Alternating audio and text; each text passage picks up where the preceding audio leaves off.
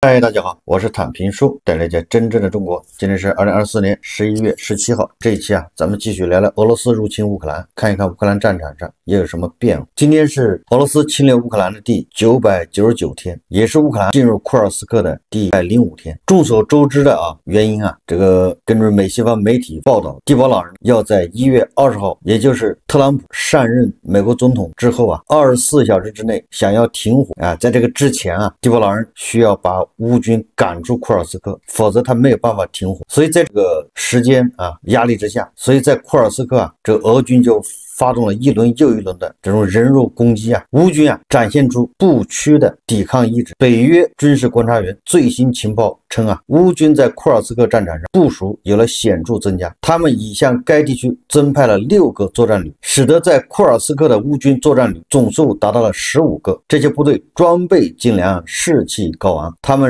目标是不仅坚守阵地，甚至随时发起反击。乌军的集结不仅仅是数量上的增加，更是战术和战略上的调整。他们利用地形和城市环境构建了复杂的防御体系，旨在消耗俄军的进攻力量。面对乌军的集结，已有5万俄朝联军在库尔斯克战场集结，他们的目标是在川普上台1月20日前彻底收复库尔斯克，以获取谈判优势。在库尔斯克战斗中说乌军展现了非凡的抵抗精神，布拉德利战车装备精良，操作人员训练有素，在战场上快速机动，为乌军提供了强有力的火力支持和战术灵活性。根据乌军总参谋部的报告，此次行动中已击溃俄军3个大规模作战营，即使俄军多次发动猛烈攻势，却未能如愿将乌军赶出该地区。昨天标志着乌克兰攻入库尔斯克第100天，乌军依然在库尔斯克土地上坚持战斗。这个俄罗斯的国防部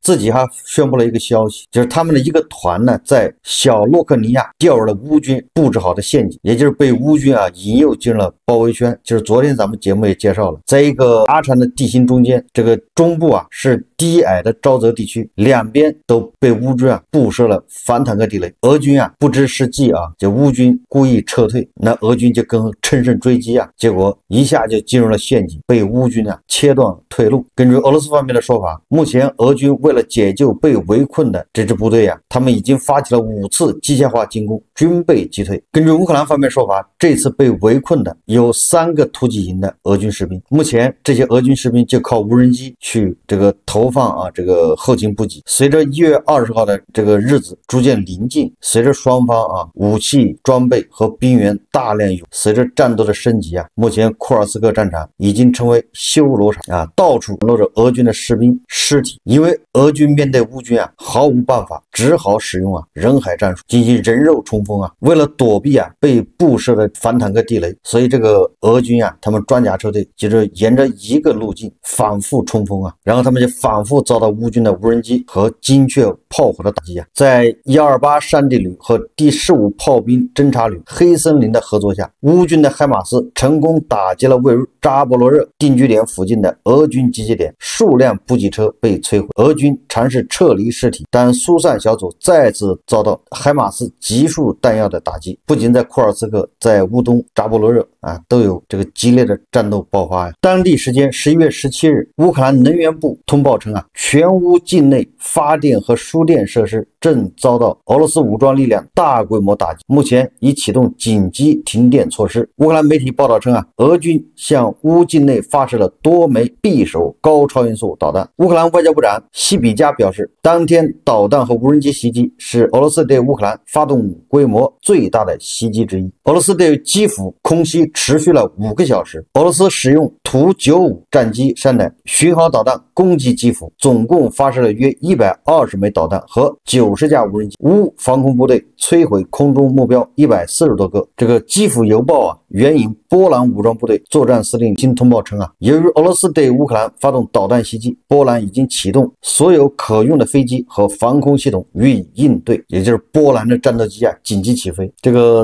乌克兰总统泽连斯基他说乌克兰武装部队摧毁了140多个空中目标，目标是整个乌克兰的能源基础设施。袭击和掉落的碎片会对物体造成损坏。今天有些地区没有电力，我们已经部署了所有必要的力量来消除后果，并恢复它们。根据泽连斯基的说法啊，F-16战斗机也参与了击退攻击的行动。这次乌克兰的损失不小啊，恐怕有不少导弹击中目标。因为乌克兰说啊，多地铁路路段因俄大规模袭击啊，造成断电。这是普京啊，隔了很长时间之后啊，攒了这么多导弹和无人机，一把发到乌克兰去了。那普京为什么这么干呢？对吧？为什么就要到1月20号有可能要进行这么谈判的时候，反而加大了打击力度？这个打击力度还不是说在前线夺一些这个定居点，对吧？多占一些领土，而是轰炸基辅。实际上啊，这就是迪波老人他一贯的作风，睚眦必报，就是报仇啊不过夜。最近啊，这个迪波老人接二连三的遭到特朗普以及德国总理舒尔茨的威胁。这个特朗普啊，据说给普京打了电话，对吧？警告普京，美国在欧洲有10几万美军军事存在，然后让他不要升级战争。你看看，都是警告意味非常浓，恐吓。然后这个舒尔茨呢，他居然给普京打电话，让普京准备和谈，和谈的前提是俄军先撤出乌克兰，而且下了最后通牒。这个德国的下一任总理，这个叫梅尔茨，他也放出了狠话，要求这个俄国啊要从乌克兰撤军，否则就要给乌克兰提供金牛座巡航导弹。加上波兰、英国、法国，他们小北约这个小圈子啊正在形成。这个迪波老人呢非常生气，对吧？立马就还以颜色，对吧？你不让我升级我就炸，对吧？你不是让我24小时停火吗？对吧？你让我和谈，我偏线炸一顿啊！这个符合迪波老人的性格啊。然后这个乌克兰的外交部长西比哈他说啊，俄罗斯今天的导弹袭击做出反应，他说这是战犯普京对最近给他打电话或拜访他的人的回报，也就是普京啊用导弹和无人机来回应舒尔茨、特朗普你们这些强硬的说法。这个乌克兰的外交部长西哈比说啊，我们需要通过实力，而不是绥靖取得和平。就是和平不是靠嘴说来的，不是靠打电话打来的，要靠武器。这个波兰的总理啊图斯克，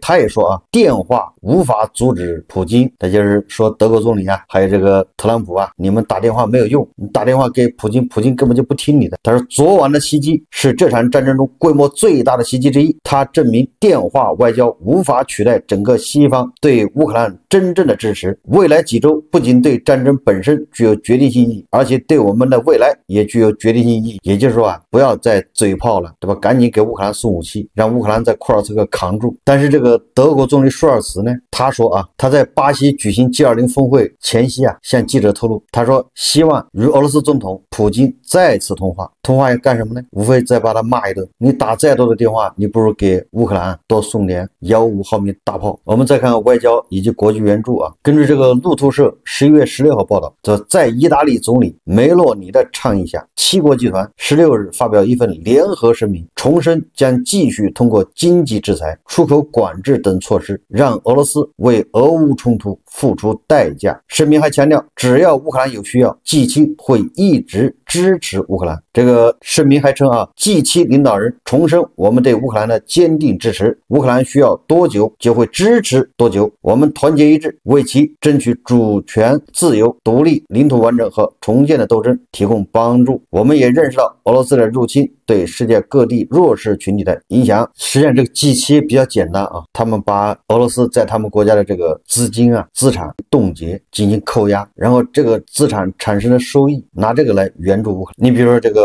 日本，乌克兰总统泽连斯基啊刚会见日本外相岩屋义宣布啊，日本从俄罗斯冻结资产中向乌克兰拨款30亿美元。泽连斯基在接受新援助计划时表示，感谢日本支持乌克兰的主权和领土完整，并感谢你们提供大量财政和人道主义援助。这个俄罗斯侵略乌克兰以来啊，这日本一共向乌克兰提供了120亿美元的支持。欧盟委员会已批准根据乌克兰融资机制支持计划为乌克兰追加41亿欧元。乌克兰总理德尼斯·施密哈尔宣布了这一消息。根据这个世界经济研究所说法啊，说欧盟国签订协议，这个协议内容是什么呢？就是特朗普上台，如果导致乌克兰军事援助断档时，也就是特朗普真的不支持乌克兰了，那么由英国提供 F-16战机和导弹，以及通过英国向美国采购武器装备继续提供给乌克兰。就是欧盟通过英国向美国采购 F-16战斗机这些武器再援助给乌克兰。也就是说欧盟已经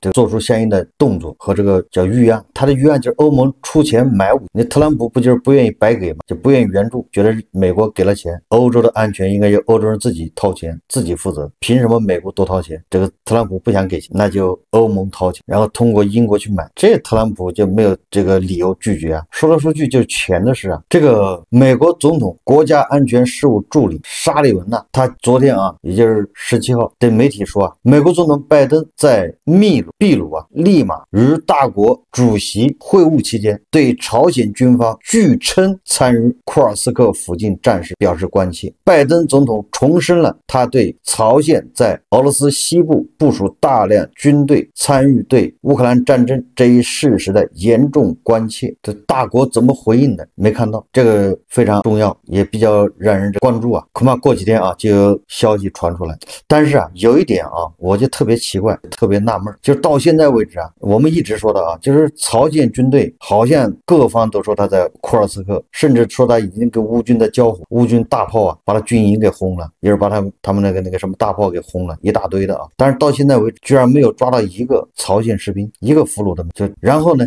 好像俄罗斯和朝鲜他们都拒绝承认这件事情啊，主要都是韩国和乌克兰的媒体，对吧？说的有鼻子有眼，就到目前为止都是这个状态啊。虽然大家说的热闹，但是都还没有确切证据证明朝鲜士兵啊真的在前线。你看啊，美国人他说了一个对朝鲜军方据称参与库尔斯克附近战事表示关切。你看看美国人自己说，就是据说啊，这朝鲜部队啊在库尔斯克那儿参战，然后就问大国你管不管？所以这个值得大家关注啊，也就是朝鲜军队到底是什么个状态，到底什么情况，谁也说不清楚。连美国人到现在啊还搞个据称，当然了，只是包不住火的。如果乌军啊真的在跟朝鲜的士兵在作战，那迟早会抓住一个俘虏或者几个，然后这个韩国的这些人他一定跑去要审问这个俘虏，那媒体一定是铺天盖地报道。你看啊，这个英国的金融时报又报道啊，他说朝鲜向俄罗斯提供了约50辆 M1989 鼓山170毫米自行火炮和20辆新型240毫米多管火箭炮。该出版物援引韩国情报部门称，其中一些自行火炮已移到库尔斯克州。你看，又是韩国的情报机构说的。然后这个彭博社也说啊，说朝鲜可能向俄罗斯联邦派遣10万大军。那前面说的是1万，后来又说1万5，现在啊说准备要派10万大军，这也是要把俄罗斯给吃穷啊。这俄罗斯本来就国内啊物资匮乏了，现在这个黄油啊都不够用了，土豆、鸡蛋都在涨价，派10万大军跟蝗虫一样的，这人10万是饥肠辘辘啊，平时很少吃肉的这么一支大军到了俄罗斯，这可想而知啊。这个乌克兰的总统泽连斯基啊，他在这个一个访谈节目中说啊，他说乌克兰是一个主权国家，美国无法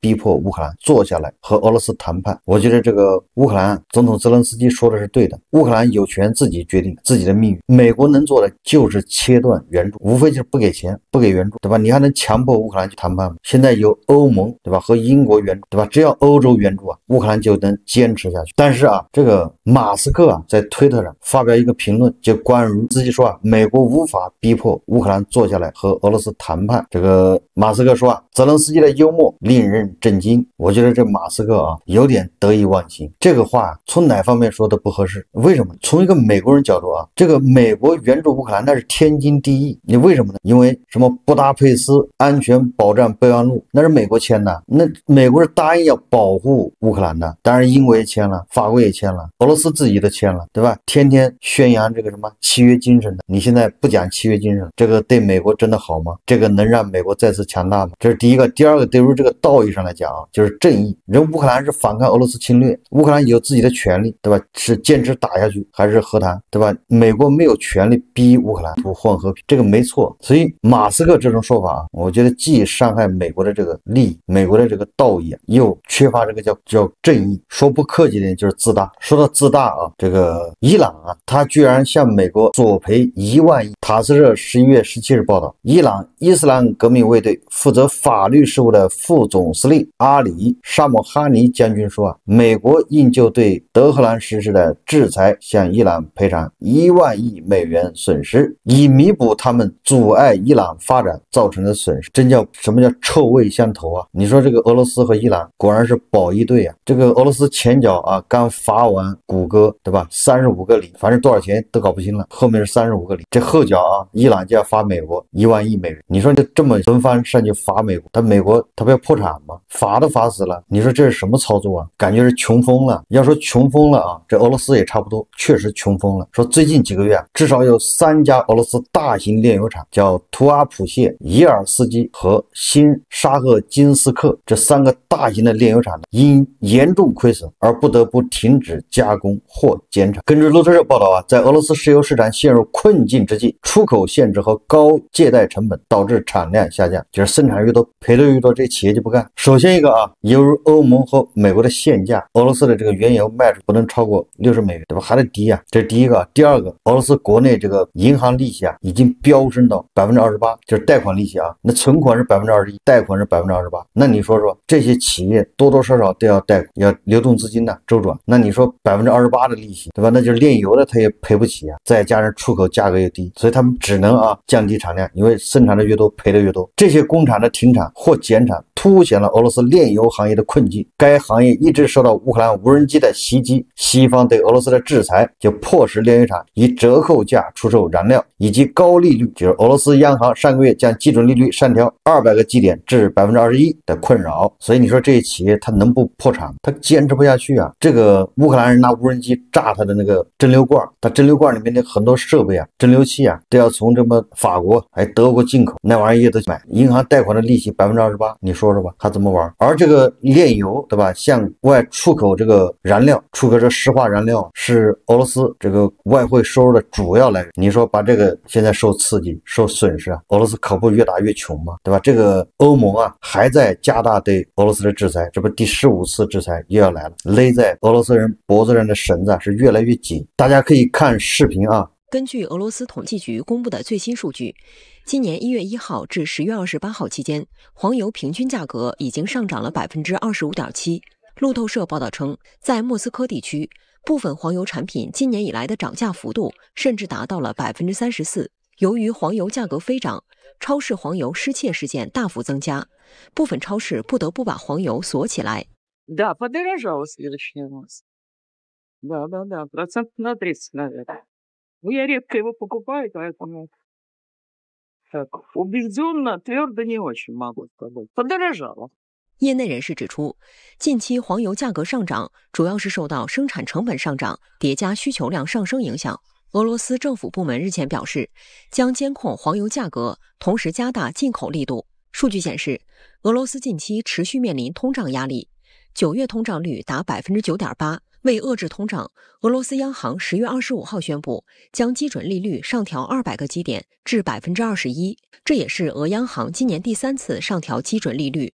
这个是央视第2频道报道。昨天咱们节目说了俄罗斯人超市为了防止俄罗斯人偷那个黄油，把那个黄油上面上锁。结果你看央视还有报道。不过这个央视说法说是近期黄油价格上涨主要是受到生产成本上涨叠加需求量上升影响。生产成本这是真的，跟那个炼油一样成本一定会上涨，因为他那个央行贷款利息 28%， 那成本能不增长，对吧？生产成本的增长，但是他说需求量上升，这个就是胡扯了。那么俄罗斯人突然喜欢吃黄油是吗？对吧？像这种食品，它一般的除非出现战乱涨价挤兑，它才会价格失衡，否则的话它是稳，就需求量也不会，因为你每天吃的黄油是定量的，不可能突然也加大这个黄油的这个消耗量，对吧？也不会有人主动去囤那个黄油为什么囤黄油？那一定是国内出现战乱饥荒，整个市场秩序乱了，所以囤黄油，越囤黄油价格越贵，所以反正是黄油价格贵了，一定说明俄罗斯国内出问题，物价飞涨，通胀非常严重。然后这边的合作伙伴开始撤梯子，你看俄罗斯这个时候本来需要，对吧，朋友拉一把，结果这个彭博社报道说，与伊朗和俄罗斯石油相比，一家中国炼油厂更青睐非洲石油。中国一家私营炼油厂购买了一批西非石油，这引起贸易商兴趣，因为中国的小型独立炼油厂倾向于从受美国制裁的伊朗和俄罗斯进口石油。在长期停产后，最近恢复运营的叫乔石化有限公司购买了200万桶石油，其中包括非洲的原油。这虽然这些炼油厂主要购买俄罗斯的原油和伊朗原油，因为这些货物往往更便宜，交货路线更短，但情况正在发生变化，使其他石油更具吸引力。也就是中国的很多炼油厂已经开始到非洲买油了，这个就是变化